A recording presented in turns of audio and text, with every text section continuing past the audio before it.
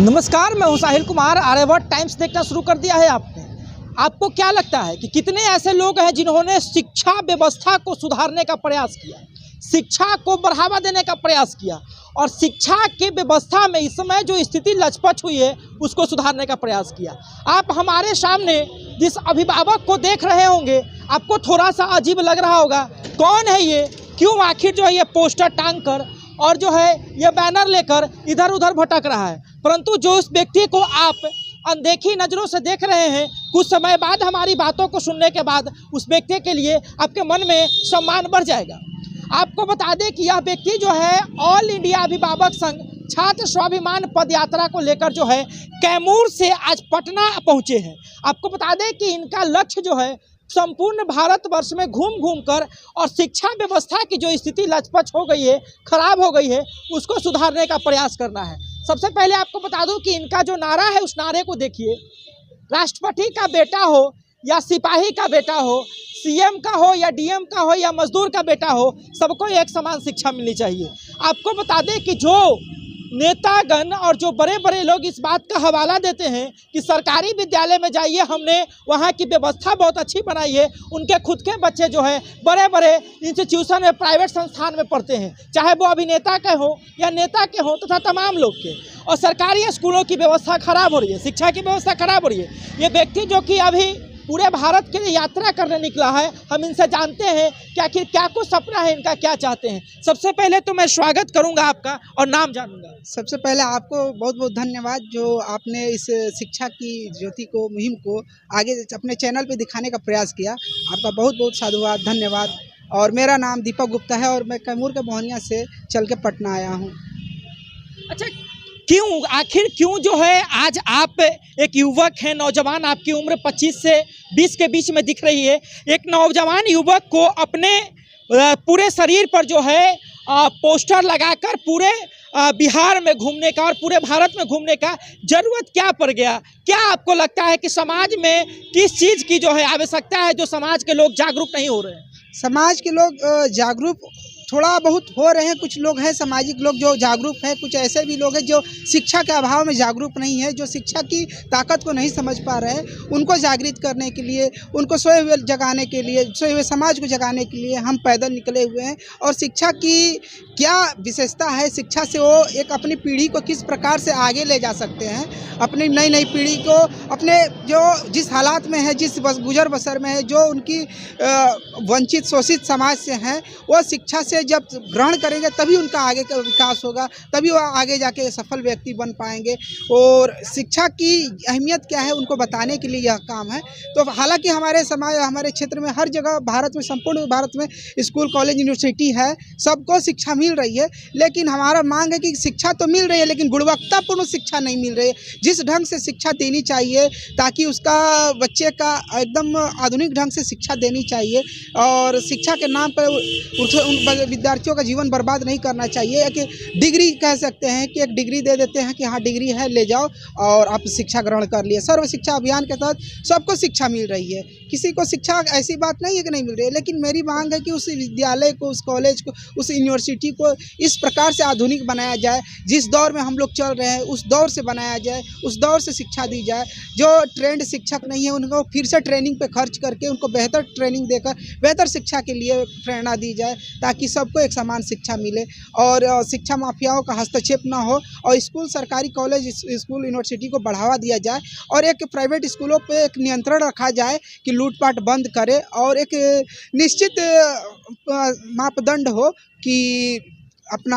आपने प्राइवेट स्कूलों का जिक्र किया कि लूटपाट बंद किया जाए, किस प्रकार की लूटपाट का व्याख्या कर रहे हैं? देखिए, हाँ, अभी इस 2-3 साल में आप देख सकते होंगे कि प्रत्येक प्राइवेट स्कूल सिलेबस पैटर्न के नाम पर अभिभावक को लूट रहे हैं। सिलेबस पैटर्न आप समझ सकते हैं कि प्रत्येक वर्ष बुक चेंज कर देना, महंगी 5,000, 6,000, 8,000, जैसे जैसे स्कूल है वैसे वैसे पुस्तकों की रेंज है, महंगी महंगी पुस्तकें हैं और 8,000, 10,000 की पुस्तकों को बर्बाद किया जा रहा है। और उस पुस्तक से अगले साल वो शिक्षा नहीं नहीं ग्रहण पाएगा। कोई विद्यार्थी अगर आप चाहेंगे कि उस पुस्तक को किसी गरीब व्यक्ति को दे दे और उस पुस्तक से गरीब व्यक्ति के प्राइवेट स्कूल में जाकर पढ़ ले, तो ऐसा असंभव है। वहाँ एक ऐसी पॉलिसी बनाई गई है कि 1 साल में किताब आपको बदलना ही पड़ेगा, नया किताब लेना पड़ेगा, री एडमिशन हर साल लेना पड़ेगा, मेंटेनेंस, बिल्डिंग मेंटेनेंस चार्ज देना पड़ेगा, बहुत सारी चार्जेस एक अभिभावक को जोड़ दिया जा रहा है। और अभिभावक त्राहिमाम है, मतलब कि सारा पैसा, एक अभिभावक का सारा पैसा शिक्षा पे ही खर्च हो जा रहा है। आगे की वो क्या प्लानिंग करेगा अपने बच्चों की मतलब कि बेहतर सुविधा के लिए घर बनाना, शादी करना, इलाज कराना और सारी जो है कमियां हैं, जो उसको अपने बेहतर इलाज के लिए पैसा खर्च करने के लिए बचेगा, तभी तो आगे अभिभावक कुछ कर पाएगा।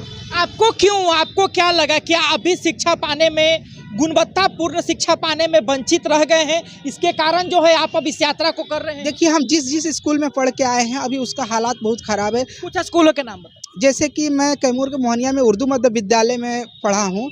वो विद्यालय अंग्रेज़ों के ज़माने के बना हुआ विद्यालय है। बस उसमें बिल्डिंग में क्या किया जाता है कि ऊपर से प्लास्टर किया जाता है और उसको पेंट कर दिया जाता है, और लेकिन वो बिल्डिंग कभी भी ढह सकता है, उसमें के बच्चे ढह सकते हैं। वहाँ मतलब कि बच्चों की जनसंख्या बिल्डिंग की अपेक्षा 4 गुनी 5 गुनी बढ़ चुकी है, और उसमें कम से कम एक नया बिल्डिंग बनाना चाहिए, नया जगह उसका क्षेत्रफल बनाना चाहिए। एक जो एजुकेशन पॉलिसी के तहत जिस विद्यालय का जो रिक्वायरमेंट होता है कि विद्यालय का एक मापदंड होना चाहिए, उस ढंग से बनाना चाहिए, लेकिन सरकारी विद्यालय में हमारा उस मापदंड सब खत्म है। वैसा कोई नहीं है मतलब सिस्टम की बेहतर शिक्षा, गुणवत्तापूर्ण शिक्षा विद्यार्थियों को मिल सके। सारी अगर शौचालय है तो गेट नहीं है, गेट है तो शौचालय नहीं है, शौचालय है भी तो गंदा है, पानी की सुविधा नहीं है। और आपको एक बेहतर शिक्षा के लिए हम कह सकते हैं कि उसमें गुणवत्तापूर्ण कुछ नहीं है। अच्छा, इस ऑल इंडिया अभिभावक संघ में और कौन कौन से लोग? इसमें आपको कुल कितने लोग? 1 सेकंड काट दीजिएगा, रुकिए ना, बताते हैं। और लाख से पार है ना। हाँ, मतलब सब लोग अलग अलग जुड़े हैं।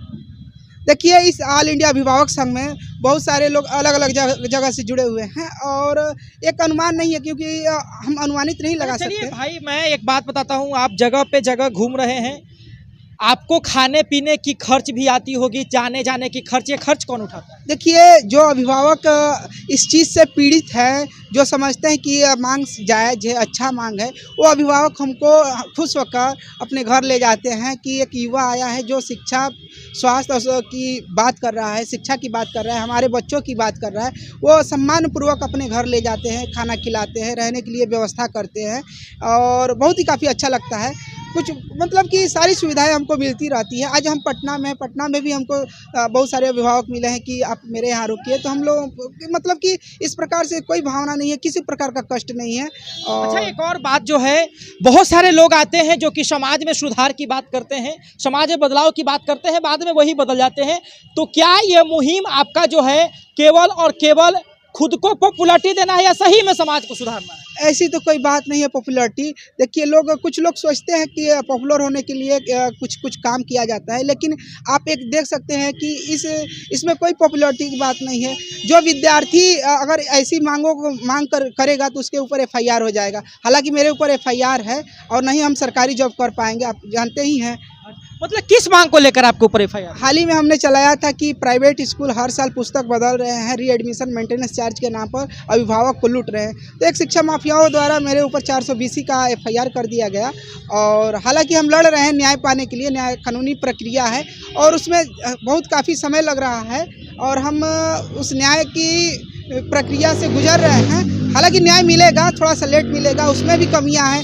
जजेस की वैकेंसी नहीं आ रही है, जजेस की बहुत सारी कमियां हैं, सीट खाली है। जजेस मतलब कि लॉ स्टूडेंट बैठे हुए हैं, लाखों लॉ स्टूडेंट सोचते रहे कि हम भी जज बने और समाज को न्याय दें, और उनका भी इसमें डिमांड है, उनके भी लिए हम निकले हुए हैं कि उनको भी बेहतर से बेहतर बार बार मतलब कि हर साल जजेस की वैकेंसी है, टाइम से है, उनको जॉब दिया जाए ताकि सबको सही समय पे न्याय मिल सके। चलिए, तो ये जो भाई हैं उन्होंने काफ़ी अच्छी बात कही है और काफ़ी अच्छा प्रयास। सबसे ज़्यादा जो गौर करने की बात है, जो उन्होंने कहा है कि जिस प्रकार से प्राइवेट जो स्कूल है, जो प्राइवेट विद्यालय है, वो बार बार रीएडमिशन के नाम पर या पुस्तक बदलाव के नाम पर लोगों को, अभिभावकों को लूटता है, जबरन जो है उनसे पैसे जमा करवाता है। उसको लेकर जब इन्होंने मुहिम चलाया तो इनके ऊपर जो है FIR किया गया शिक्षा माफियाओं के द्वारा। आप देख सकते हैं कि नीचे जो है ऑल इंडिया अभिभावक संघ में जो छात्र स्वाभिमान पद यात्रा, उसमें कुछ मांगी रखी गई हैं कि सरकारी स्कूल, कॉलेज, विश्वविद्यालय को आधुनिक बनाया जाए और निःशुल्क शिक्षा दी जाए। आप देखे होंगे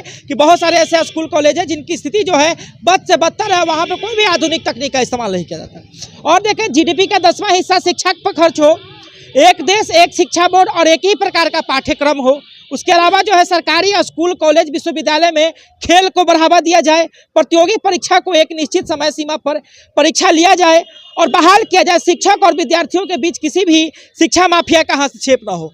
आपको बता दें कि ये जो व्यक्ति हैं, जो अभिभावक हैं, वो लोगों को जागरूक करने का प्रयास कर रहे हैं और बहुत कम ऐसे लोग होते हैं जो शिक्षा के क्षेत्र में किसी भी लोग को जागरूक करने का प्रयास करते हैं। आपकी क्या राय है, आप हमें बता सकते हैं। फिलहाल के लिए इस भाई को जो है, अगर सच में जो है ये शिक्षा को प्रमोट कर रहे हैं, आपकी क्या राय है, आप तो बता ही सकते हैं, परंतु इनको जो है एक बार जरूर इस बात को सब लोगों को दिखाइए, सब लोगों को जागरूक कीजिए कि किस प्रकार से ये भाई जो है संघर्ष कर रहा है और बदलाव चाह रहा है इस समाज में। यह भी जो है इस चीज़ से पीड़ित है। हालांकि क्या है आपकी राय, आप हमें कमेंट बॉक्स में बता सकते हैं। धन्यवाद। अभी आप आर्यावर्त टाइम्स देखते हैं।